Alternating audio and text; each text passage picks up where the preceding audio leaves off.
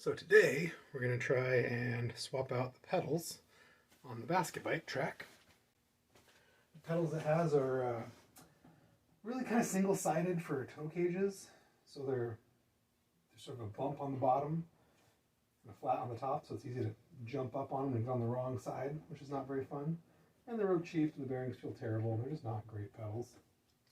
I did, at the old Goodwill, find a set of BMX kind of flat pedals. So it doesn't really matter what side you jump on because they're both exactly the same.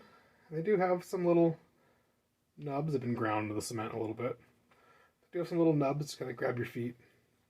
And they don't feel truly terrible. I am going to go ahead and just add a little teeny bit of lube. Spin them and let it work down into those totally unsealed bearings. Feel that dirt and grit, you can almost hear it. Hopefully it'll work some of it out of the way. They're just pedals, doesn't matter. They're cheap, you'll change them.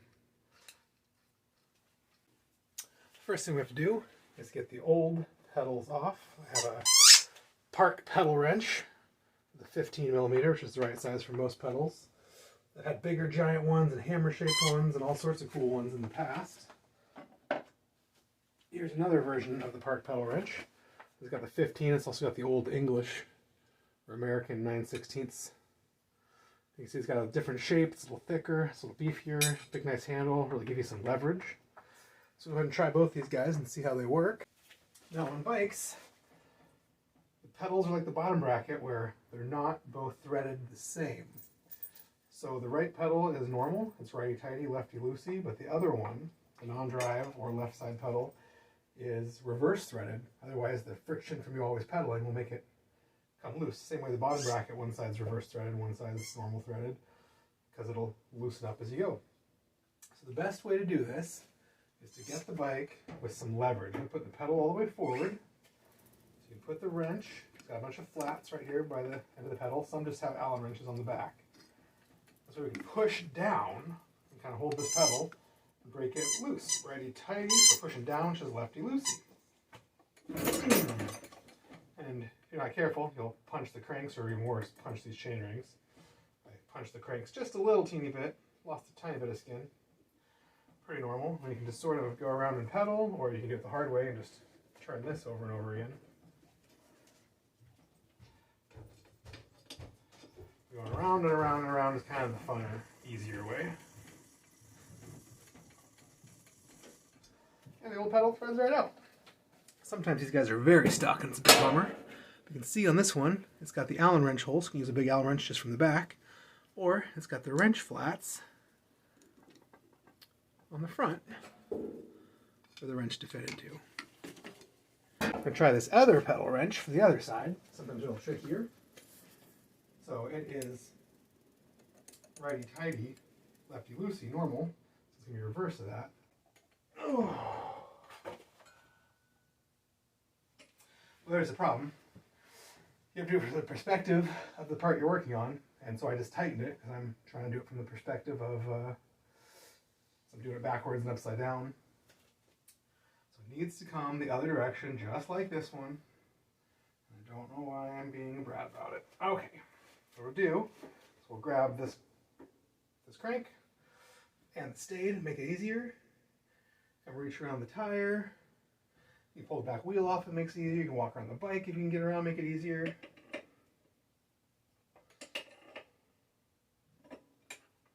And I have no leverage in this position. My arm is hitting this tire. Come up a little bit and see if that helps. We're going righty, loosey. Ow! And I broke free and spun. I jammed my thumb just a little bit. Because that's what you do when you're not careful and pushing real hard. So do the same thing here. Just put it on. Spin, spin, spin. Or we can demonstrate the Allen wrench method. Or we can take an Allen wrench. It's usually a 6. Put the Allen wrench right in that little pedal hole. And just spin, spin, spin. Spin this guy loose.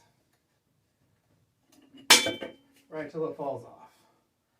Next thing we're going to do is inspect these threads, make sure they don't look damaged, make sure there's not too much dirt in them.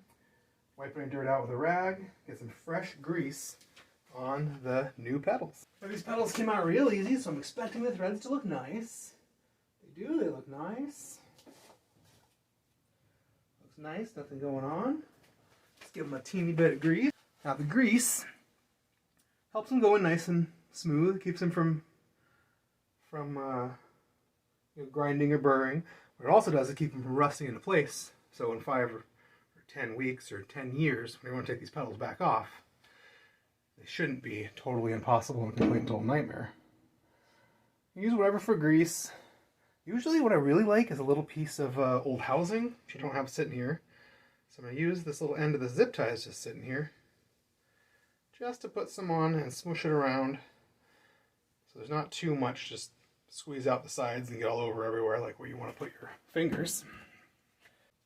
Because the pedals are different threads, it sort of matters which one's right and which one's left.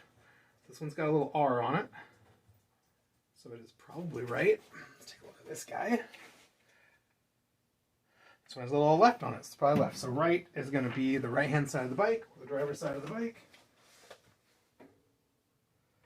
If you loved your bike, you can get pedal washers, which are little thin washers that fit over these threads to keep the pedal from digging into the crank. And they work on most old cranks. Many modern new ones sort of have one built in, especially if they're carbon or something. But it doesn't really matter, and it's probably not going to dig in too bad. Do the same thing, we're going to go pedaling backwards so that the threads are turning righty-tighty. Going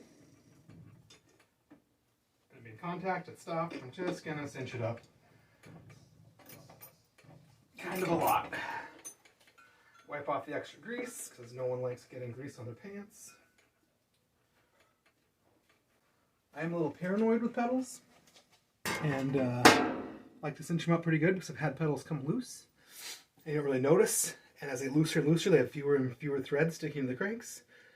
And then all your weight from your body and pushing down to move the bike, you just damage and destroy those threads. I've definitely destroyed a crank before. A very rare and expensive and vintage one, and I was very sad about it. Same thing on the other side. And this is a reverse thread, so we gotta go lefty-tighty. Now there are some cases where this isn't exactly true. Tandems will have the drive side on the other side for a timing ring to run the second set of cranks. So you can get what looks like a drive side crank, and it'll be the wrong thread, it'll be left-hand thread, because it's probably a tandem crank. Alright, I got it nice and started with my fingers, so I know the threads aren't crossed and being weird. Go until it's tight, and then I'm going to really tighten it down. And there we have some nice, well, crappy, cheap, but better than it was BMX flat platform pedals. Woohoo! Another thing I'd like to say is that I always save my old parts. What if the new ones are junk? What if they break? What if I hate them? Especially with saddles and things. The rubber band these for my parts bin. Lots of people do not like saving parts. When I was a shop owner, I loved that. I used to leave them for me, throw them in my used parts bin, sell them to somebody for $5 or $10. Like, it was great. But for myself, for my friends, I always save for at least a week or two, just to make sure you don't regret your choice and want to go back.